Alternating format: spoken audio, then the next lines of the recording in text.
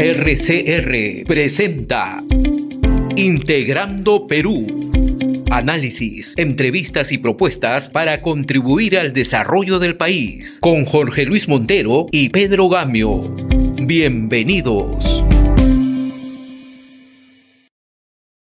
Saludos amigos, seguimos con nuestro programa y ahora tenemos a una invitada especial con quien nos hemos contactado. Se encuentra fuera del Perú, pero no queríamos dejar de intercambiar algunas reflexiones con ella porque es una persona, una abogada de amplia trayectoria en temas sociales y ella ocupó una gerencia muy importante en Petroperú y queríamos conocer qué es lo que ella había visto y cuál es su visión de cómo el Perú debe de plantearse el reto de tener algunas empresas estatales compitiendo en el marco de una economía social de mercado. Pero si esto es un cheque en blanco para pagar a cada rato las deudas por malos manejos o verdaderamente ella vivió una experiencia que dejó señales de que puede haber una empresa como la que vemos en Colombia, que se da el lujo de invertir en el Perú y tener concesiones como la distribución del gas en Lima, la distribución del gas en el norte, y uno pregunta ¿quién es el dueño? La municipalidad de Bogotá, la municipalidad de una ciudad de Colombia. Es increíble cómo cuando se hacen las cosas bien, cuando hay cultura corporativa y cuando hay respeto a los funcionarios de carrera, puede lograrse algo diferente. Doctora, un gran gusto. Bienvenida, Beatriz. Hola, muchas gracias por la invitación. Y sí, ahorita estoy media congelada. Los veo a ustedes ligeros de ropa como les toca al Perú, pero bueno, gracias por la invitación. La verdad, siempre trato de aprovechar los espacios que me brindan los medios para un poco compartir lo que ha sido la experiencia en Petroperú, sobre todo en lo que corresponde a la gestión social de una empresa de la envergadura de Petroperú y con tantos stakeholders, ¿no es cierto? No solamente en lo que se refiere al oleoducto norperuano, sino lo que ha sido Talara con el proyecto de la nueva refinería de Talara, ¿no? Entonces, hay un tema con el que yo quisiera conversar a propósito del último comentario tuyo y está referido al tema de la gestión, o sea, el buen gobierno corporativo. O sea, ¿por qué Ecopetrol tiene los resultados que tiene, ¿no? Y por qué Petroperú tiene tanto problema, ¿no? Y es porque uno de los temas claves... Es el día y la noche, ¿no? El día ¿Perdón? y la noche, el día y la noche. Sí, bueno, más o menos, pues. Es el tema del buen gobierno corporativo, que no es otra cosa y que no parte, sino de una decisión política, ¿no? Que tiene que emanar desde el ministro de Energía y Minas, ¿no es cierto? Y la Junta General de Accionistas de Petroperú. Ahora, no estoy diciendo nada nuevo, porque existe una ley, ¿correcto? Una ley que obliga a Petroperú y le dio un plazo perentorio para que se implemente un buen gobierno corporativo, ¿no? Que permita una gestión transparente, que permita una gestión que de alguna forma trascienda más allá de quién pueda ser el presidente directorio del momento o el gobierno del momento, ¿no? Entonces, lo que pasó con Castillo pues fue un desastre, ¿no? O sea, a través de un correo electrónico nos retiraron la confianza los 21 gerentes, ¿no? Y obviamente fue ocupada pues por personas que no cumplían los perfiles, etcétera. Gracias a Dios, hasta donde tengo entendido, ya nuevamente el personal de carrera de Petroperú ha asumido el liderazgo de la empresa, pero el tema está en poder confirmar si efectivamente los perfiles se están o no cumpliendo. Ahora, tengo entendido también que están obviamente en procesos de selección con headhunters la contratación de nuevos gerentes, ¿no? Para poder ocupar las diferentes posiciones, ¿no?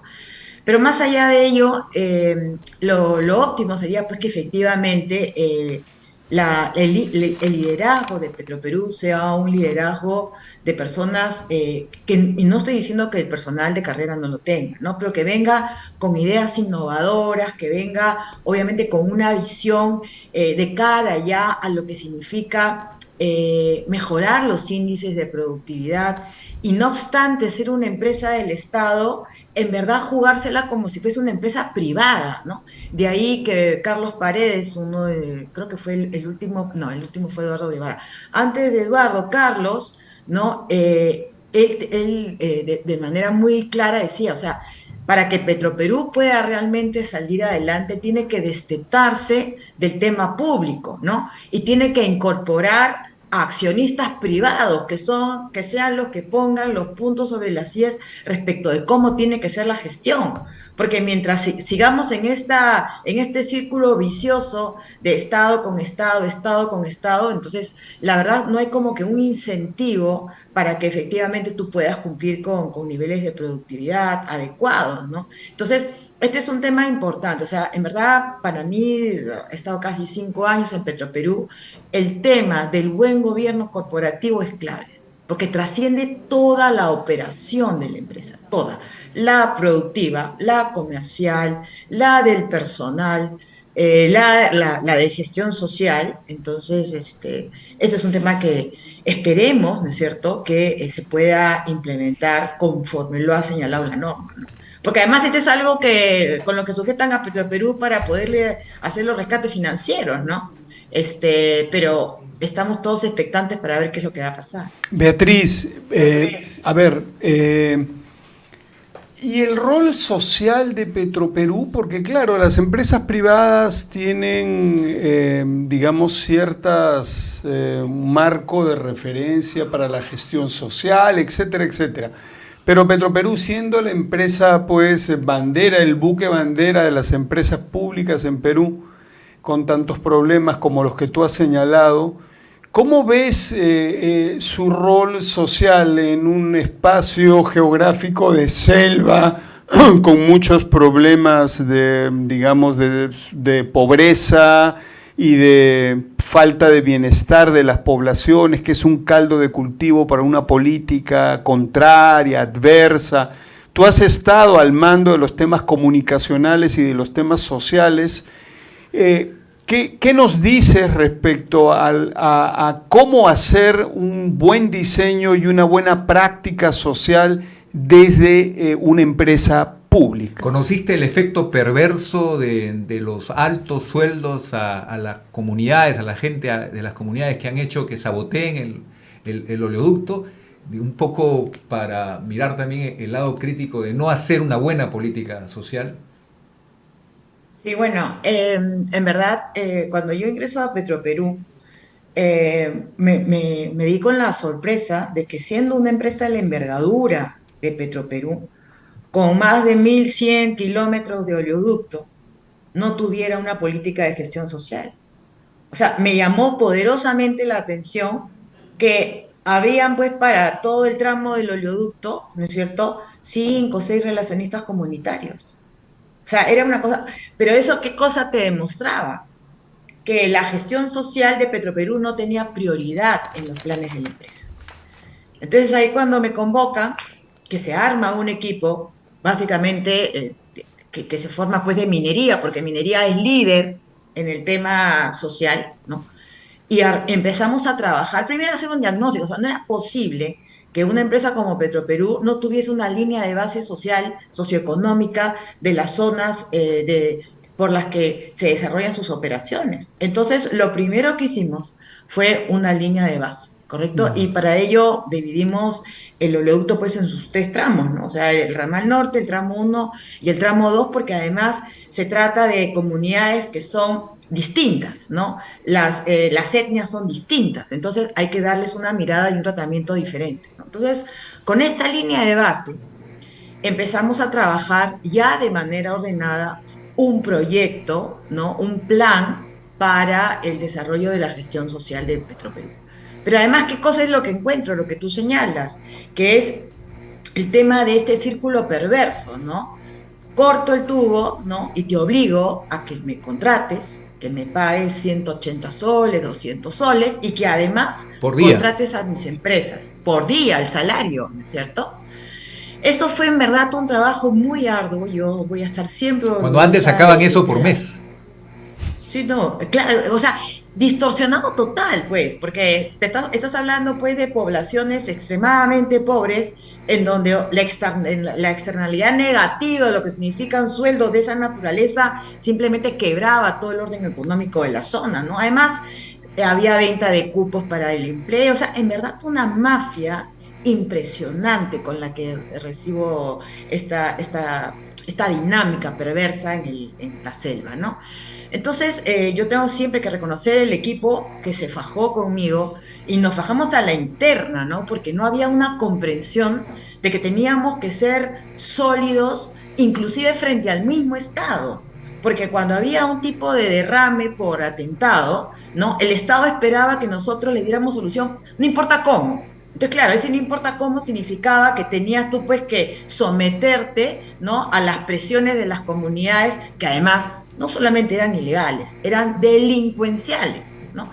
Entonces, esto generó que nosotros pusiéramos como primer límite, ¿no? Que cuando había un atentado, o sea, se producía un derrame como consecuencia de un atentado, la población no participaba. Pero Beatriz, ¿cómo? No, no va a participar. No hay forma.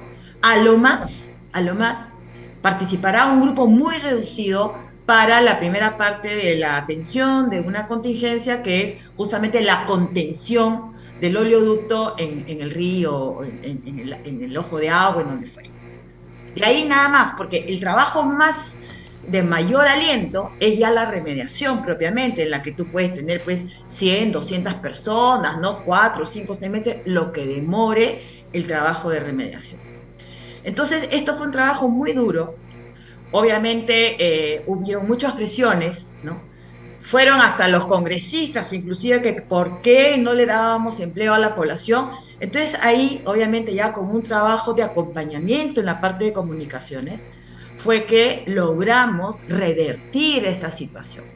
Pero no quedó ahí la cosa, pues porque era importante generar una dinámica positiva que permita que se genere una especie de pertenencia de las comunidades, un sentimiento de pertenencia del oleoducto. Y por ello es que implementamos el sistema de broce de derecho de vía y alerta temprana, que no es otra cosa que las comunidades colaboren, ¿no es cierto?, con el mantenimiento de la tubería, pero no en la parte técnica del metal, sino obviamente limpiando la maleza, ¿no?, de la zona que se llama la zona de contención del tubo, donde reposa el tubo, ¿no? Pero además, cada cuadrilla tenía que tener un supervisor de vigilancia, que lo que hacía era todos los días o las semanas, dependiendo del flujo, daba un reporte de algún tipo de incidencia. Así sea la incidencia que uno pueda decir la menos importante, ¿no? Como por ejemplo, estoy viendo que se va a caer un árbol, o he visto que hay un acumulado de rocas, ¿no? Entonces, ¿pero qué pasó con esta dinámica? La población empezó a sentir, pues que claro, a ellos también les correspondía tener algún tipo de participación en el cuidado de los productos. Entonces, ¿cuál fue la consecuencia, señores? De recibir la gestión en el año 2016 con cerca de 14 atentados en un año, a cero. O sea, en el año 2018 logramos ya cero atentados, sobre todo en el tramo 1, que fue el más agredido en el 2015-2016. Beatriz, ¿Y por cero, qué? Simplemente una sí. dinámica de incorporar a la población en el cuidado del oleoducto. Beatriz, cero atentados y encima mantener la mitad del mercado.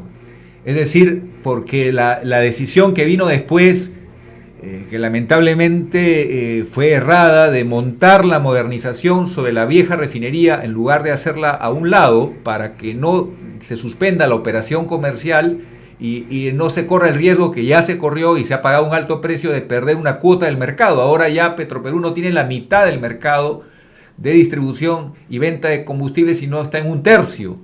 Entonces, es decir, No, ha habido un impacto por los errores que vinieron después. sí, porque, a ver, nuevamente, ¿no? Es el tema de no de haberle dado la prioridad al tema de la gestión social, que es la que hace sostenible cualquier operación extractiva o cualquier operación en general, pero las extractivas son las que tienen el mayor impacto. O sea, tú puedes tener una operación que técnicamente es viable, ¿correcto? Legalmente es viable. Pero si no tienes un buen relacionamiento con tu entorno, o sea, y me refiero en este caso a las comunidades, entonces no puedes mover ni una piedra. Y esto es algo que Petroperú no entendió en su momento, ¿no? El mayor reflejo es esto, ¿no? Que no tenían un equipo de gestión social, o sea, no había un gerente de gestión social, o sea, era una jefatura que la fueron moviendo, primero estuvo en administración, después de recursos humanos. Entonces tú dices, caramba, o sea, la envergadura que tienes, o sea, tienes más de 200 comunidades que atender, y cuando decimos atender no significa papá Estado, regala, no, o sea, ver estratégicamente con los programas de gobierno cómo ayudas a acercar y a lograr que los alcaldes, ¿no? En este caso, tengan en sus planes de desarrollo concertado proyectos en los que Petroperú también puede colaborar. Y Y también fíjate que hay un tema defendieron, muy importante. sí, y Sí, también perdón. defendieron su cuota de mercado con una estrategia muy competitiva con las estaciones de servicio. Yo recuerdo que fue un cambio muy importante, es decir, hubo una pelea limpia por el mercado que llevó a que Petroperú vaya empoderándose gradualmente. Ese fue un tema que fue reconocido, como Petroperú, a través de acuerdos con inversionistas privados, logró empoderar la marca de nuevo. Y se obtuvo un resultado en estados financieros que iba marcando un derrotero de resultados positivos. Hay que ser justos Sí, en reconocer eso. Hoy, lamentablemente, por la gestión tan controvertida que viene de hace unos meses, Petroperú ha llegado a un cuadro muy complicado donde necesita salvamento, necesita cuidados intensivos, transferencias directas de la caja fiscal y ni siquiera hoy tenemos la certeza porque todo hace ver que se va a necesitar más oxígeno, más ayuda urgente. bueno, sí, es muy compleja la problemática de Petroperú, ¿no? Pero trayendo a colación lo que tú señalas, ¿no? O sea, en verdad nos golpearon tanto con el cambio de marca que, además, aun cuando no lo querían reconocer, se trató de un acuerdo directorio anterior al inicio de nuestra gestión, y cuando hablo de inicio de nuestra gestión me refiero de la época de Toto Bertel, ¿no? Que fue en el año 2017, 2016-2017. Entonces, pero claro, ahí no es un tema de regalo, o sea, aquí hubo inclusive todo un tema de selección con la red de grifos de Petroperú, ¿no? Para que no solamente se tratara del cambio de marca, hacer obviamente toda la parte de infraestructura de los grifos, sino el tema de priorización de los grifos que realmente se le iban a jugar para ayudar que a ese cambio de marca tenga también lo que significa la percepción del cliente de que Petroperú vende una gasolina de buena calidad y al mejor precio. Entonces, ha sido todo un trabajo en conjunto, ¿no? Que ha permitido regresar el posicionamiento de Petroperú en el mercado, como bien señalas, comercial de las gasolinas, ¿no? Y si a eso, bueno, le sumas Talara que esperemos pues que pueda cumplir con los objetivos de producción, entonces estamos bastante mejor, pero aquí el tema, fíjate cómo se desperdician oportunidades, ¿no? Y seguramente esto me va a generar una serie de comentarios negativos, ¿no? Pero mira, ya antes del COVID, este, teníamos pues una sobrepoblación de trabajadores en Petroperú. Y claro, es muy político pues hablar de esto, ¿no? Pero el COVID lo que hizo fue evidenciar esa problemática al 1000%. ¿Por qué? Porque tú tenías el oleoducto que no podía operar, y no podía operar no necesariamente porque le faltaba mantenimiento o porque había habido un derrame, un corte, etcétera, sino porque la gran o la mayoría de trabajadores del oleoducto eran trabajadores que tenían comorbilidad. ¿Por qué? Por diabetes, por mayoría de edad, por X motivos, ¿no? Entonces ahí tú tenías, y bueno, ya te habla Beatriz Alba, abogada laboralista, una oportunidad para iniciar programas de ceses colectivos, porque se hicieron programas de incentivo para renuncia voluntaria, eso sí, pero ya entrar a un programa de cese colectivo porque hay una sobrepoblación de Petroperú que cuesta, ¿no? Estamos hablando de este tema de los rescates financieros, pues uno de los issues en estos temas de revisión es la parte de los recursos humanos, o sea, del personal de Petroperú. Entonces, no solamente tenías trabajadores mayores, ¿no? O sea, sobre los 60 años, sino que además físicamente no estaban en condiciones para trabajar en el oleoducto, ¿no? Y hay una brecha entre ese grupo generacional y las nuevas generaciones de Petroperú. Efectivamente, se está trabajando para acortarla, pero no hay todavía una línea de sucesión clara. Eso también cuesta. Y por lo tanto es algo que la nueva gerencia de Petroperú tiene que tener en cuenta. El Beatriz, problema está, sí, Beatriz, a ver, privatizamos Petroperú, fortalecemos Petroperú. ¿Cómo la ves? lo que pasa es que privatizar es como una mala palabra, ¿no? Y cuando se habla de privatizar, siempre se piensa, ay, la vas a vender. No, hay miles de formas de privatización y una de las formas de privatización es la incorporación de accionariado privado. Además que hubo No buenas al y malas, 100%, un hubo buenas y porcentaje. malas ventas también, ¿no? En los años 90. Exactamente, claro, por eso te digo, pues, tú cuando le dices a la población voy a privatizar Petroperú, te piensas que lo vas a vender. No, o sea, lo Que que lo vas a vas a hacer es que, regalar. claro, que venga gente, o sea, que vengan inversores, ¿correcto? A participar en el accionariado. Porque fíjate, tú dices, ¿qué cosa hacemos? ¿Privatizamos o fortalecemos? De mi experiencia, el fortalecimiento de Petroperú es muy difícil. Porque hasta que no venga uno de afuera que participe y que se ponga duro y fuerte con relación a que se tienen que cumplir, no cosas nuevas, sino lo que ya está. Regresamos, buen gobierno corporativo, por ejemplo, no se va a dar. Además tiene que No se ver va con a la dar. clase política, ¿no? La clase política no da la talla, ese es otro tema. Mira, esa es una cosa que a mis compañeros gerentes antiguos, ¿no? O sea, yo he estado en política, he estado en gobierno, ya. Entonces, cuando yo entro a Petroperú es peor que un ministerio. En serio, o sea, en la parte de la gobernanza interna, es propio ministerio, porque no eres propiamente el Estado, pero tienes una burocracia interna que es como si fuese el Estado y hasta peor todavía. Entonces, tú tienes que manejarte con estándares como si fueses una empresa privada. Sin embargo, tienes todos estos obstáculos que no te permiten poder fluir y establecer. Y los obstáculos muchas veces son de la interna, ¿no? Que tienen temor a hacer modificaciones y que del día de mañana, pues es cierto, no sales con tus procesos judiciales. O sea, nosotros los gerentes, pues todos tenemos una lista de lavandería de procesos judiciales, pero por cosas que no tienen el menor sustento legal, pero ahí están, ¿no? Entonces, ¿qué es lo que pasa? Nuevamente vamos al tema de cuál es la oportunidad de Petroperú. Es una oportunidad mixta. Definitivamente, como decía, no, hay que poner bien a Petroperú para que un privado se interese no para comprarla, sino para tener participación en el accionariado, porque ese privado sí va a potenciar el fortalecimiento de Petroperú. Mientras no exista un externo, vamos a estar siempre sujetos a la decisión política del gobierno de turno.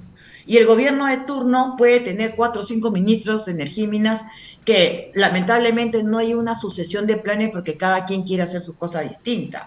El ministro Vera, que es un Petroperú y que cuando termine su mandato como ministro va a regresar a Petroperú porque tiene licencia sin goce de haber, ¿no es cierto?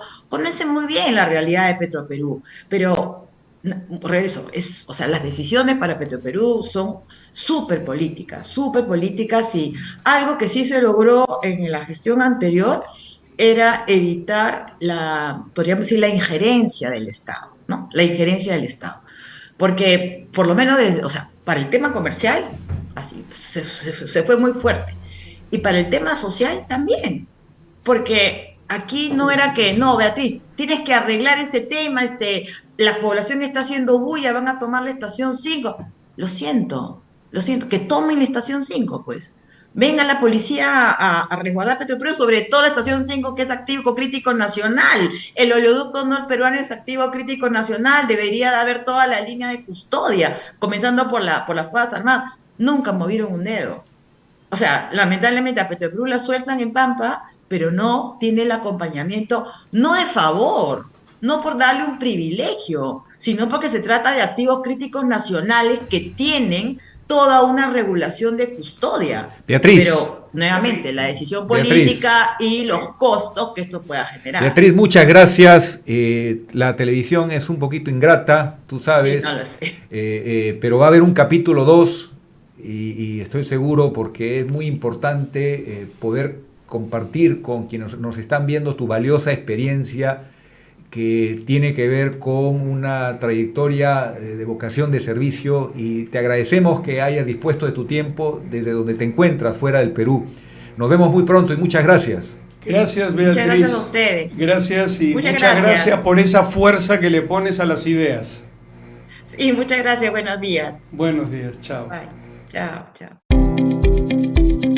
Hemos presentado Integrando Perú.